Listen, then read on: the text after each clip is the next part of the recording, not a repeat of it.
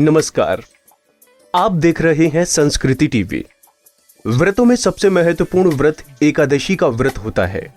पौष मास में शुक्ल पक्ष की एकादशी पौष पुत्रदा एकादशी कहलाती है। इस दिन भगवान विष्णु की पूजा की जाती है। मान्यता है कि ये व्रत करने वालों की सारी मनोकामनाएं पूरी होती हैं। संतान प्राप्ति के लिए इस व्रत को करना उत्तम माना जाता है।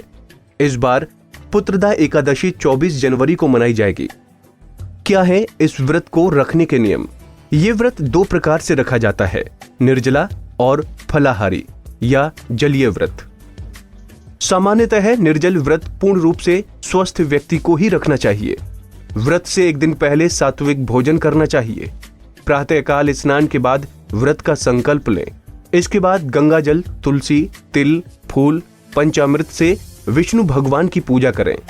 व्रत के अगले दिन किसी जरूरतमंद व्यक्ति को भोजन कराएं और दान दक्षिणा देकर व्रत का पारण करें। संतान की कामना के लिए क्या करें? संतान कामना के लिए इस दिन भगवान कृष्ण के बाल स्वरूप की भी पूजा की जाती है।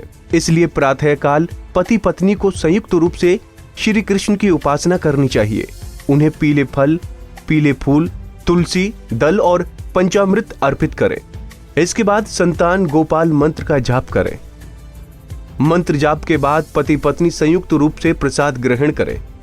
एकादशी के दिन भगवान कृष्ण को पंचामृत का भोग लगाएं। पुत्रदा एकादशी का महत्व। सभी एकादशियों में पुत्रदा एकादशी का विशेष महत्व है। मान्यता है कि इस व्रत के प्रभाव से योग संतान की प्राप्ति होती है। इस दिन सृष्टि के पालनहार श्री हरि विष्णु की आराधना की जाती है। कहते हैं कि जो भी भक्त पुत्रदा एकादशी का व्रत पूरे तन, मन और जतन से करते हैं, उन्हें संतान रूपी रत्न मिलता है।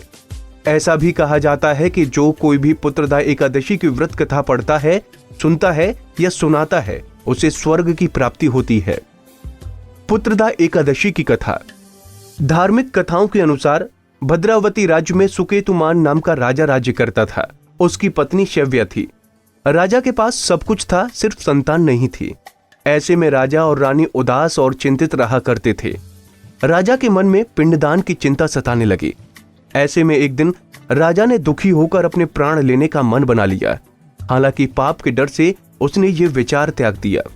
राजा का एक दिन मन राजपाट में नहीं लग रहा था, जिसके कारण वो जंगल की ओर चला गया। राजा को जंगल में पक्षी और जानवर दिखाई दिए। राजा के मन में बुरे विचार आने लगे। इसके बाद राजा दुखी होकर एक तालाब किनारे बैठ गए। तालाब के किनारे ऋषि मुनियों के आश्रम बने हुए थे। राजा आश्रम में गए और ऋषि मुनि राजा को देखकर प्रसन्न हुए। उन्होंने कहा कि राजन, आप अपनी इच्छा बताएं। राजा ने अपने मन की चिंता मुनियों को बताई। राजा की चिंता सुनकर मुनि ने कहा कि एक पुत्रदा एकादशी है। मुनियों ने राजा को पुत्रदा एकादशी का व्रत रखने को कहा।